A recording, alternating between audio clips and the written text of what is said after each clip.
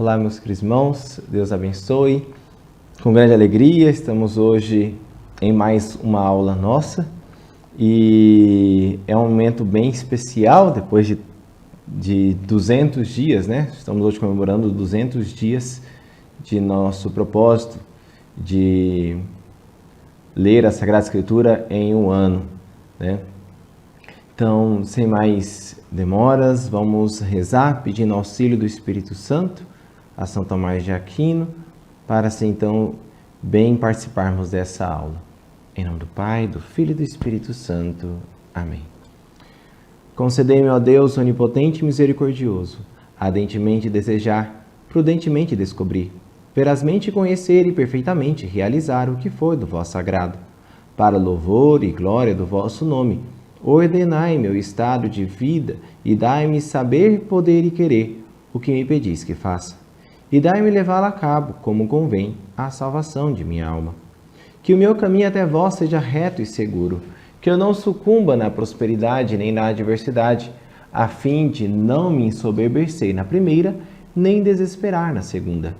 Que na fortuna eu vos renda graças, e na dificuldade mantenha paciência.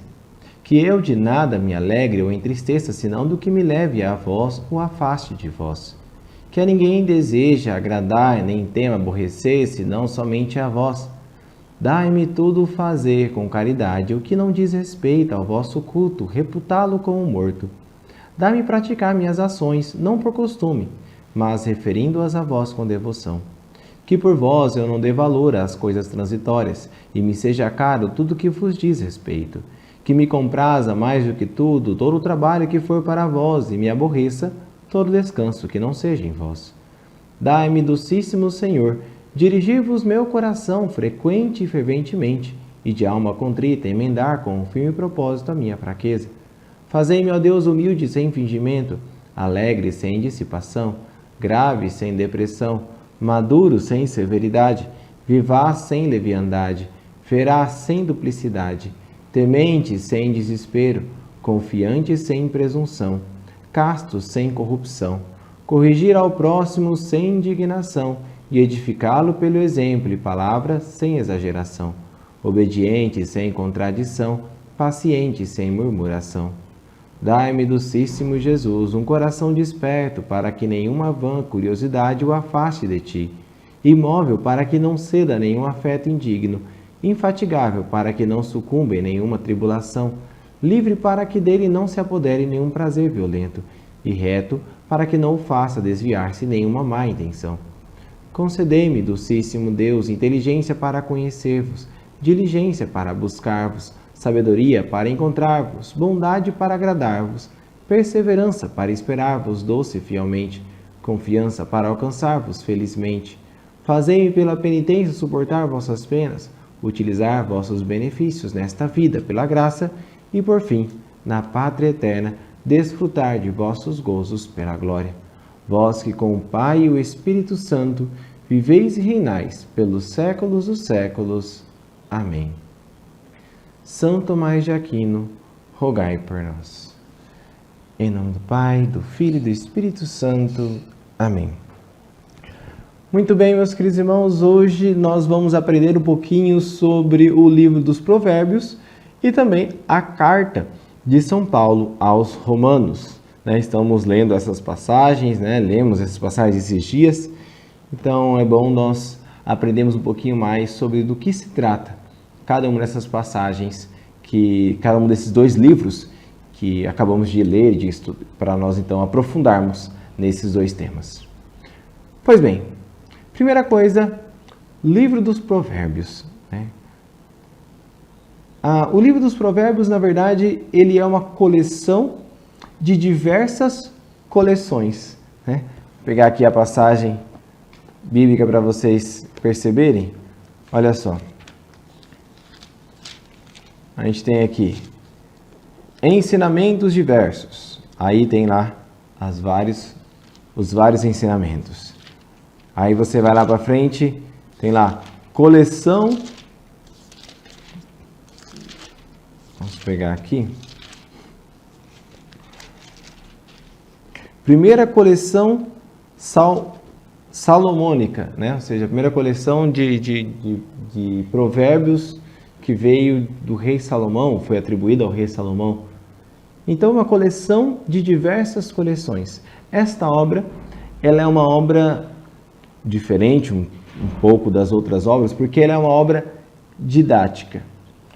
Era utilizada para ser decorada pelos jovens de famílias honradas, ou seja, os mais velhos ensinavam as práticas prudenciais, podemos dizer assim, aos mais jovens, e assim então eles, né, colocavam em prática este reto agir, né, essa maneira de agir correta. Provavelmente estes escritos eles foram coletados, colecionados, né, juntados ali depois do exílio da Babilônia. Quando o povo voltou da Babilônia, lembra que a gente falava do livro das Crônicas? Então, naquele período, quando o povo voltou da Babilônia e se estabeleceu ali, a comunidade judaica, né, dos filhos de Judá, da tribo de Judá, eles então sentiram essa necessidade de se organizar também na relação do sistema de ensino. Então, trata-se de um manual de pedagogia, né, podemos dizer assim, de 3.000 anos atrás, da época então desses judeus.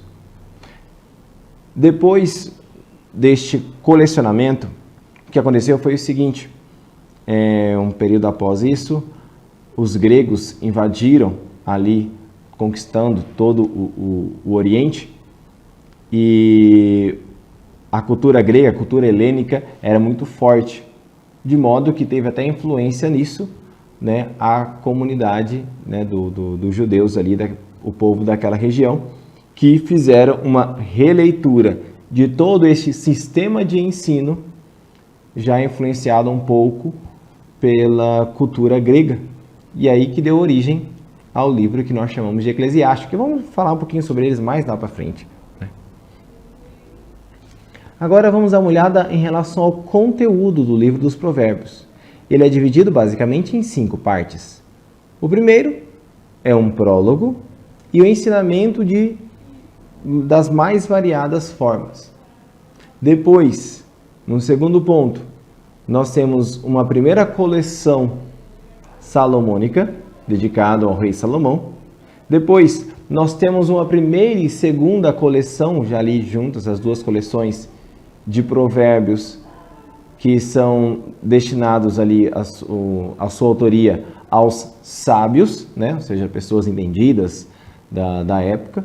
Depois nós temos a segunda coleção salomônica, né, do rei Salomão, atribuída a ele. E por fim nós temos as coleções finais, né, de Aguz e de Lamuel. E aí encerra com aquela famosa passagem a respeito da mulher de valor, né, onde se trata, né, faz elogios à mulher, né? É uma passagem bastante conhecida. Vou ler aqui um trecho para vocês vão se lembrar. Veja: a mulher de valor, quem a encontrará? Ela é muito mais preciosa do que as joias. Seu marido confia nela plenamente e não precisa de outros recursos. E aí continua todo louvor a esta mulher que vive segundo a lei. O conteúdo do livro dos Provérbios, nós podemos aprender 3 coisas ali com ele. Primeiro, é que o gênero literário deste livro, ele é um gênero literário chamado machal, né, ou machal, de diversas formas que ele, na verdade, são diversas formas de metáfora para ensinar algo, né, uma prática. Então, às vezes são pequenas parábolas, às vezes são descrições exemplares, como, por exemplo, essa descrição que eu acabei de ler com vocês, da mulher de valor. Então, sempre são metáforas procurando ensinar algo além. Outra coisa que é importante entendermos nesse livro dos Provérbios é que ele se baseia bastante na teologia retributiva. O que é isso, padre? Eu não falei isso, não lembro de ter falado isso nas outras aulas, mas só para então estar explicando. Num primeiro momento, os judeus, eles acreditavam que o bem que eles faziam a Deus, eles receberiam o bem aqui mesmo. Como não tinha um pouco a ideia de céu, então o lugar onde eles receberiam bem por serem justos era aqui mesmo. Então uma espécie de prosperidade, onde a pessoa que era rica e recebeu muitos bens é a pessoa que foi fiel segundo a lei. E a pessoa pecadora, né? Então ela padece diversos males, é doença, é pobreza e tantas outras coisas. Então essa era a ideia que eles tinham na época. Então o livro dos Provérbios, ele é carregado um pouco dessa ideia de teologia retributiva que eles tinham durante aquele período. É importante entender isso, que foi apenas durante, né, uma parte do período ali da história de Israel. Esta teologia retributiva, ela, nos escritos mais recentes, né, do Antigo Testamento, os mais novos escritos do Novo Testamento, eles sempre vão combater essa teologia retributiva. Por exemplo, o livro de Jó, onde conta a história de um justo que nada fez de errado e mesmo assim padece os males. Ali é uma crítica que está fazendo a toda essa teologia retributiva, né? E tantos outros escritos que nós vemos no Antigo Testamento que vai condenar essa ideia. Infelizmente, muitas igrejas acabam ressuscitando, entre aspas, né, essa teologia retributiva sob um outro aspecto, a chamada teologia da prosperidade, onde a pessoa que é justa ela vai ter muitos bens aqui, né? Onde a riqueza se torna sinônimo de bênção, né? O que não é o correto e os próprios judeus depois já superaram essa ideia antiga. Então, era bem forte essa teologia retributiva.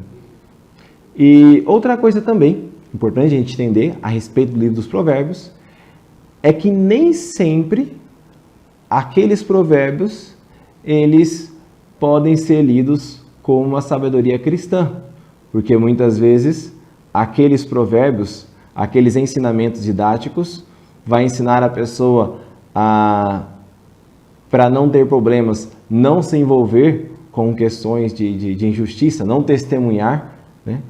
Ou até mesmo o trato com mulheres ou coisas assim que acabam, né, hoje nós, né, já na época dos cristãos, claramente aquilo ali não tinha nada de cristão.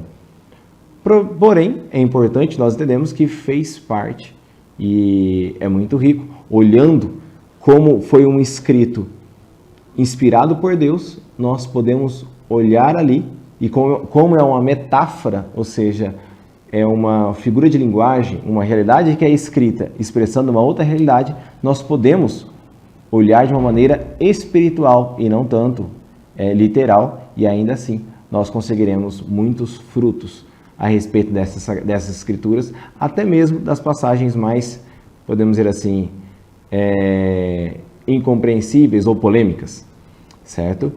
Então, 3 coisinhas a respeito do conteúdo deste livro. Agora vamos entender um pouquinho alguns destaques do livro dos Provérbios. Primeira coisa é o valor que se dá à educação, né? Essa obra ela é uma obra contemporânea a Sócrates e a Platão. Então, é bonito nós vermos que nessa mesma época, no povo de Deus, havia também todo um cuidado de ensino, de passar uma educação aos mais jovens, de que eles não se perdessem no caminho. O ensino ele é sempre passado de pai para filho, de mestre para discípulo. A lei de Deus é a base da sabedoria. Então é sempre a fidelidade à lei. Lembra quando nós falávamos da história deuteronomista, né? Então sempre baseando ali no Deuteronômio. A lei é a base da sabedoria. Outra coisa muito bela presente nesse livro é o destaque, a descoberta da sabedoria sublime.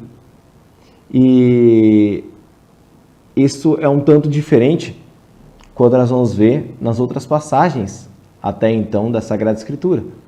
Quando nós olhamos em Êxodo 31, versículo 3, deixa eu mostrar para vocês essa passagem, que vai ficar mais fácil compreender.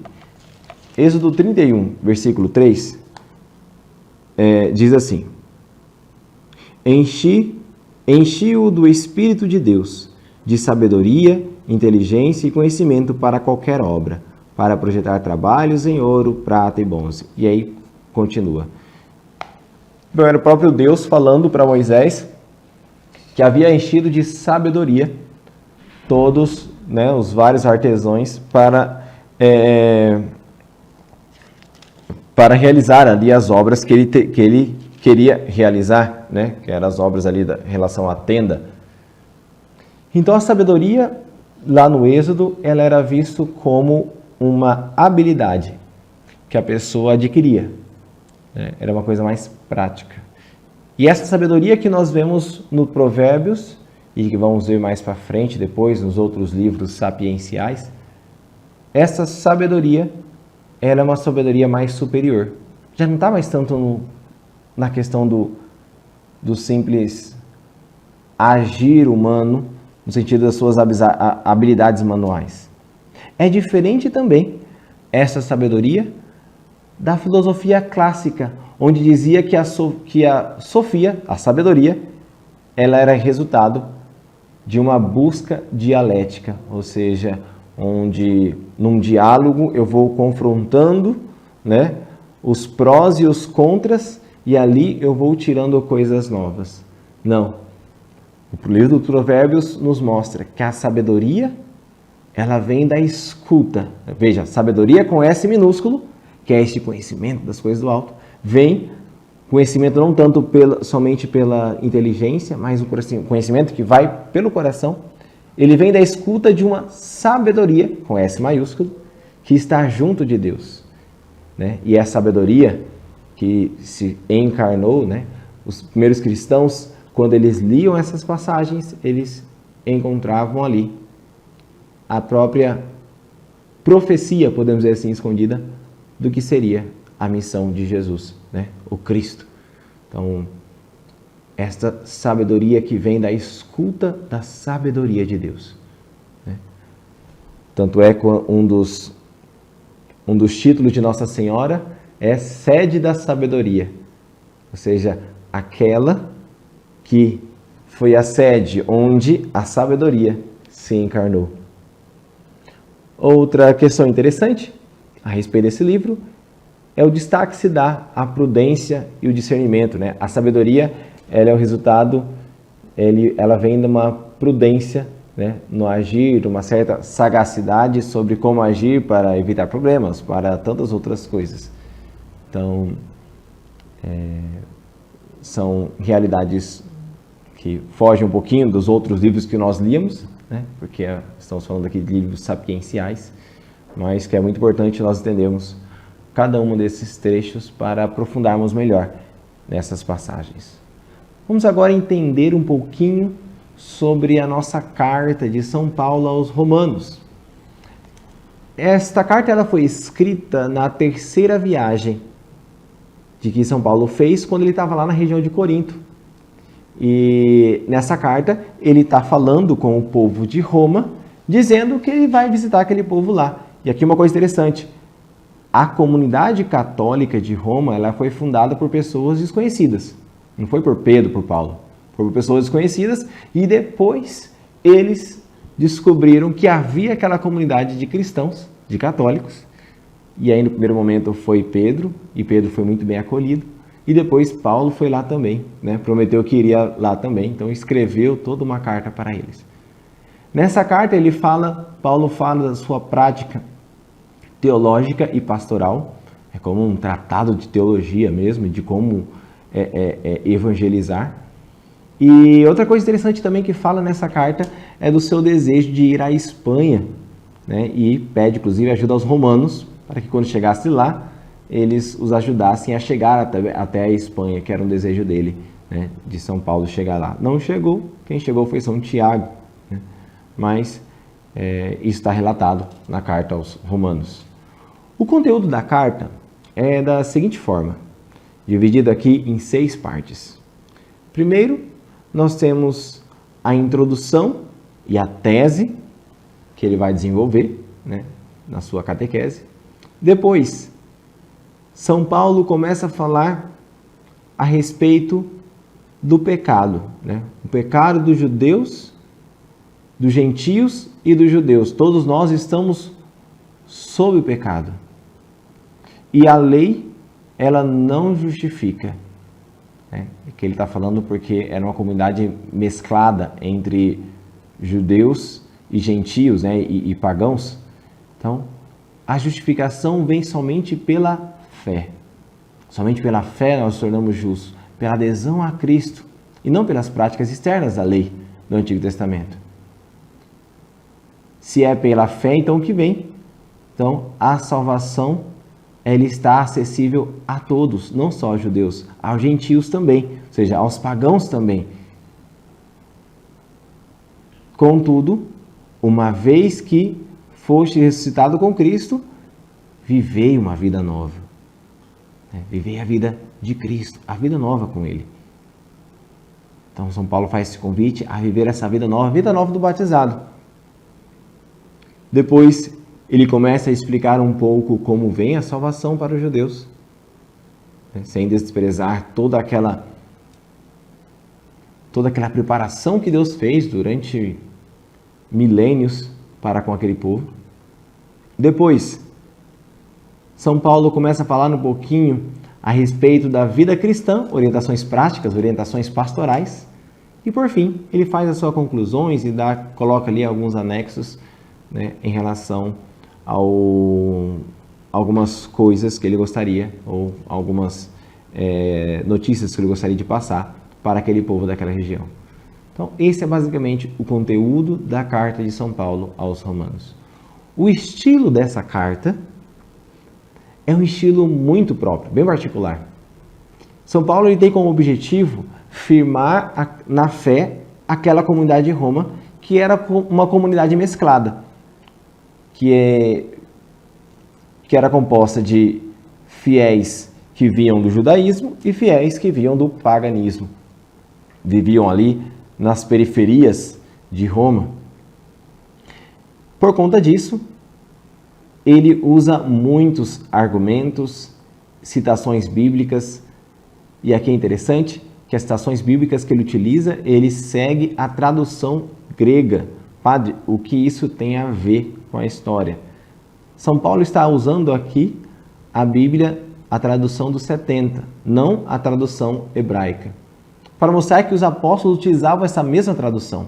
Padre, e o que isso tem a ver com nós católicos? Tem tudo a ver.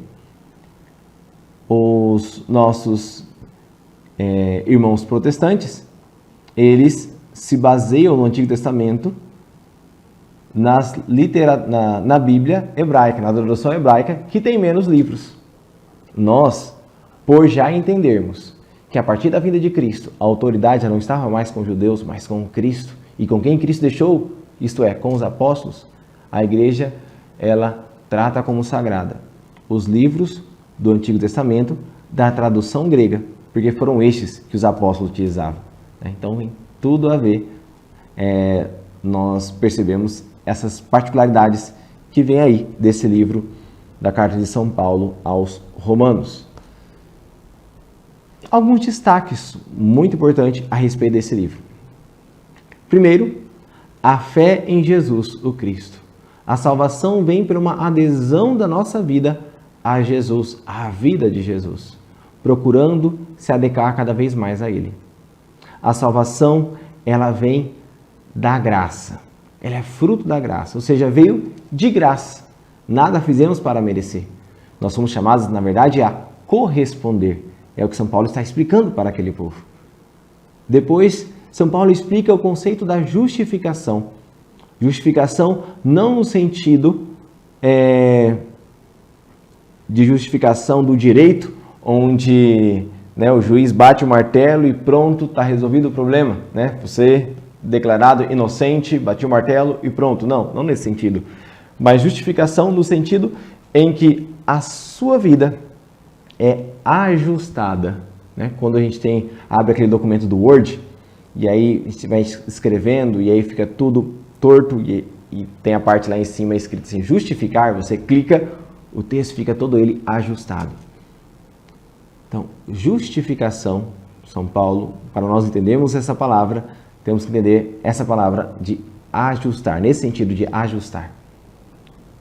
Então, a fé ajusta a minha vida, molda a minha vida à vida de Cristo.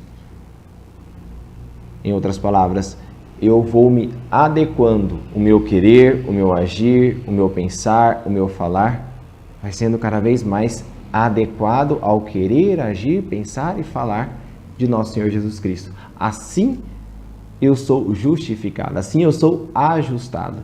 Por isso eu chego à salvação. E outra coisa também que ele explica, né, na cidade que era o centro do mundo, é que a salvação vem para todos. Ela é universal, não só mais aos judeus, mas também aos pagãos, a todos aqueles que estão dispostos a aderir a sua vida a Cristo, entender que nada fizeram para merecer isso e estar dispostos a moldar a própria vida para ser um com Cristo. Que estes nossos ensinamentos, tanto da carta de Provérbios quanto da carta aos Romanos, nos ajude a cada vez mais moldarmos e vivermos segundo a vontade de Deus. O Senhor esteja convosco, Ele está no meio de nós. Abençoe-vos o Deus Todo-Poderoso, Pai e Filho e Espírito Santo. Amém. E de em paz eu os acompanhe, graças a Deus. Deus abençoe a todos. Até mais.